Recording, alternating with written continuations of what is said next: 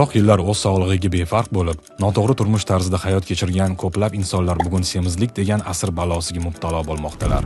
Ortiqcha vazn jiddiy xastaliklarga olib kelavergach, tosh og'irlar ovqatlanish me'yoriga rioya etib, irodani qo'lga olgan holda nafsini tiyish, jismoniy mashqlar bilan shug'ullanish o'rniga eng oson va tez usullarni izlay boshlashadi.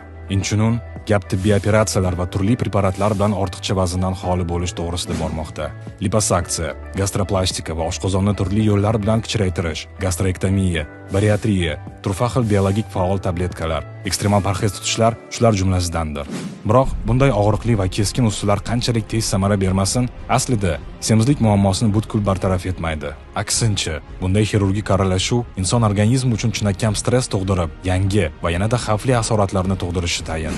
Jumladan, bu kabi muolajalardan keyin dastlabki pallada patsientlarda peritonit, oshqozonda qon ketishi, tromboz, infarkt miokard, o'pka zotiljami, keyinchalik esa oshqozon yarasi, kalsiy va temir moddalarining yetishmasligi, o't pufagida toshlar hosil bo'lishi, gormonal tizim va teri strukturasining buzilishi, diareya va ich qotish, jig'ildon qaynashi, sochlar to'kilishi va boshqa ko'plab oqibatlarga olib kelishi mumkin.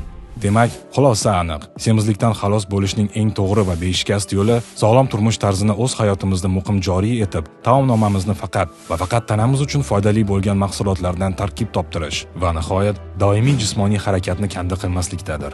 Aks holda ortiqcha vaznimiz ortiqcha muammolarni keltirib chiqaraveradi. Qissadan hissa shu.